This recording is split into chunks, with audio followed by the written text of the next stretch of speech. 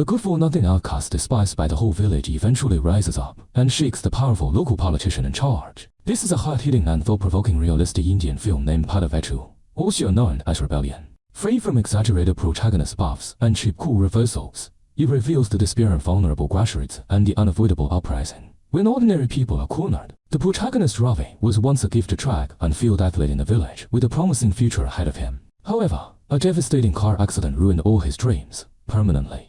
He suffered from a lifelong leg injury and lost both of his parents soon after. With nowhere else to go, he had to live in his aunt's shabby, dangerous house. The once brilliant young man turned into the most useless idler in the village. In his 30s, Ravi completely shut himself off. He wasted all day staring blankly, isolated himself from the outside world, refused to work or socialize, and remained indifferent to everything happening around him. Villagers mocked and looked down on him, regarding him as a hopeless lazy man. His depression was never innate laziness, but total breakdown after successive life blows. Having tasted all the sufferings of life, he chose to stay numb and keep away from all disputes. Only his first love, who just came back to the village, could touch his frozen heart. Having gone through a failed marriage, the female lead still stayed kind and tender despite seeing the cruelty of the world. She saw through Ravi's pretended decadence and noticed the kindness hidden deep inside him. Burdened by inferiority and past trauma, Ravi dared not face his true feelings, locking himself in his inner world. At this moment, he was still a cowardly bystander staying out of all village conflicts.